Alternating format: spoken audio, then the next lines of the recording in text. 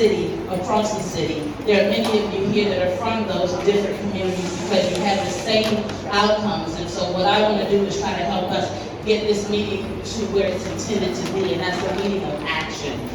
We are responding and hearing responses, in my professional opinion, from a reactionary standpoint. You see, their responses aren't satisfying to you because they're starting from a place of low standard.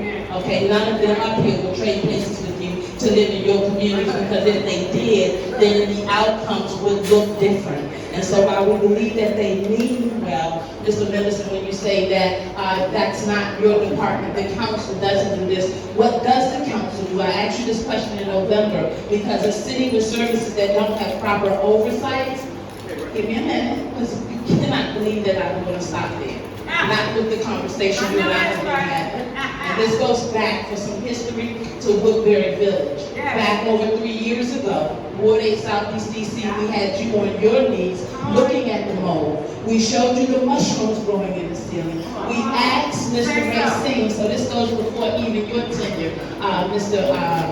Attorney General. So we'll catch up to you. But I need our citizens to hear the history so that they don't believe that your posture here today represents your ability to just be understanding this.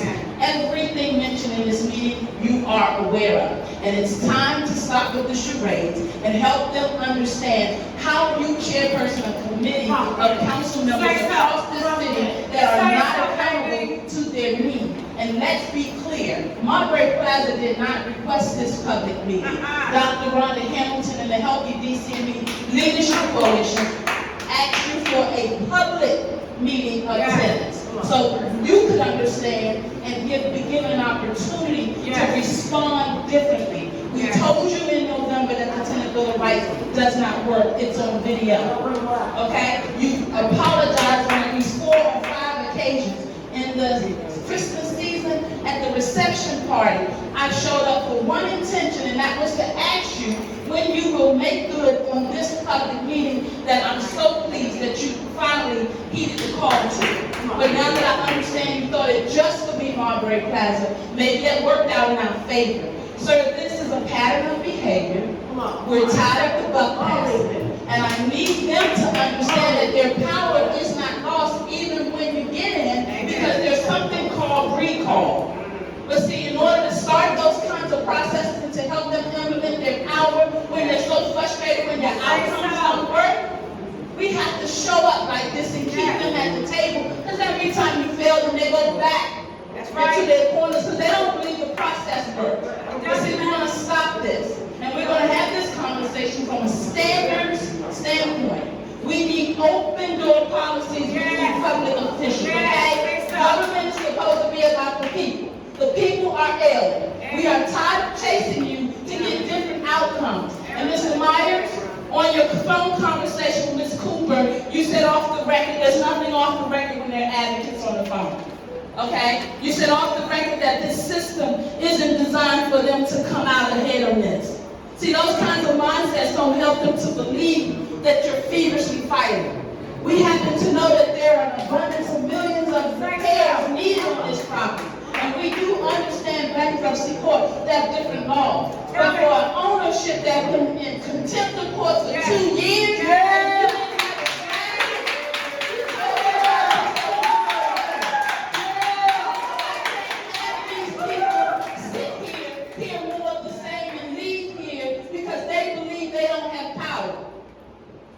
I showed up in 22 and I served you notice. The community's voice has arrived. Amen. You see that I was born and raised in, we don't do this laying down. The standards are too low.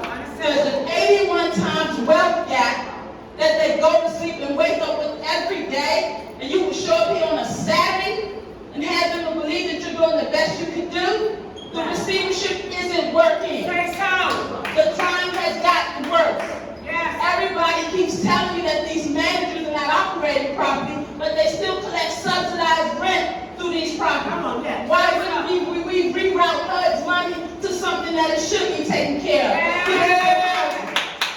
We submitted legislation called the Fire Act to give solutions. Mr. Robert White, chairperson of the council, who's probably going to get in there again. Why?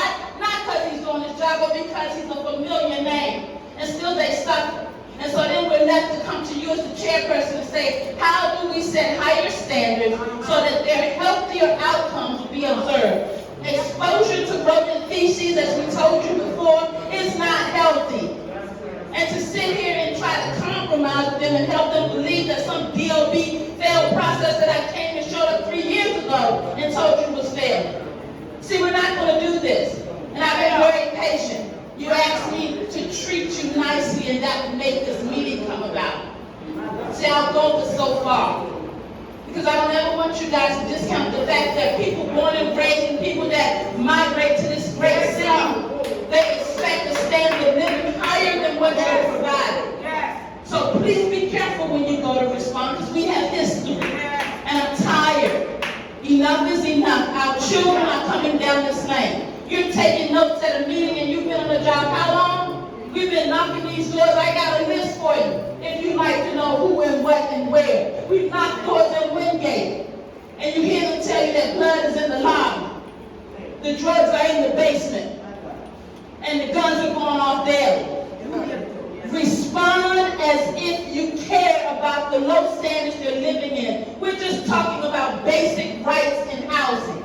Would you live in their communities? How about we draft the system, Mr. Myers, since the one that you observe and work in won't help them come out on top? How about strategies that will? Why was there no mechanics being put on this property so when bankruptcy court went to pay out the most important liens, at least the tenants would have a fighting chance? Now you have them hoping and wishing that this management company will do something that none of them have done in 2+ years. Those are reactionary strategies. So just in case you didn't truly understand what this meeting was about this morning, I needed you to hear from them first so we wouldn't reduce it to me being a pain in your butt. See, I don't have a problem with that. Born and raised in this city. And what I see on this ground is despicable, egregious, and we need changes immediately. So what can you do? You can call a council meeting. Because this crowd is only going to get bigger. It's only going to get bigger. You leave this opportunity when you keep ignoring them. On your email, as of yesterday, the property owner from Wingate responded because he had such an expansive property community portfolio of 500. It makes me wonder why these people come in so entitled to make money on the backs of our citizens living like this. And you tell me you can't do anything? You don't have to do something. Now I'm done chasing you.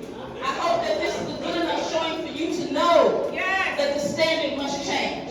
And though you inherited a lot, we're not interested in headline-grabbing topics when these citizens are living like they live.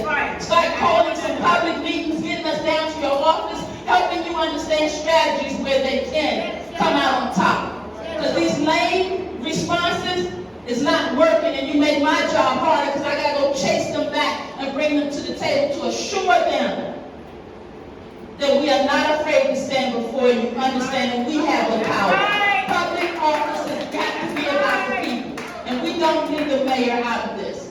But right now we're trying to get you fired up and you motivated to understand. Pick a community to start with, but give them better outcomes and stop telling them you can't do anything. It's not working. A mental health outreach. I see the results of your failure.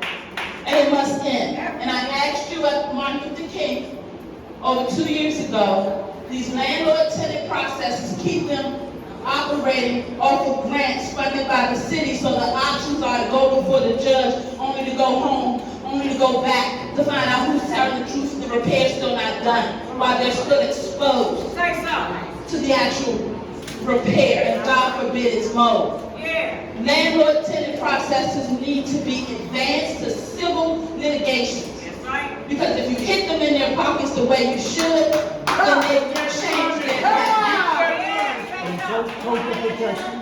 So let's talk about TOPA and all these other understandings that our tenants are not educated about. They're being duped because we're not in position to set the tone that you will not take advantage of our tenants. Not anymore. You will not. So this is the result of the responses. And we are concerned about the mental disposition of so many that call our office daily. As I said to you in full transparency before this meeting started, we're going to push We're gonna push so that you understand that we're that frustrated. But we're civilized enough to understand reason. But to keep being dismissive and have us chasing you, it's not gonna play out well for you. Not at all. It's not. There's a loyalty in this city that knows that we're supposed to take care of our own. Our elderly, our children, our big mamas, our soldiers. We are communities. But these opportunities that people have to come into the city and make money off of our demise has got to end. You said you wanted to leave, so we need accountability. And we need it immediately. And as far as our police and all this private and who can and who can't, we don't care. We don't care. Stop it. You were elected to help us stop it.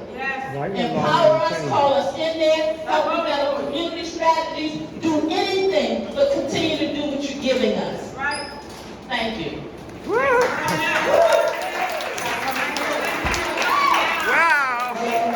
Hello, we on number 7, y'all. We on number 7.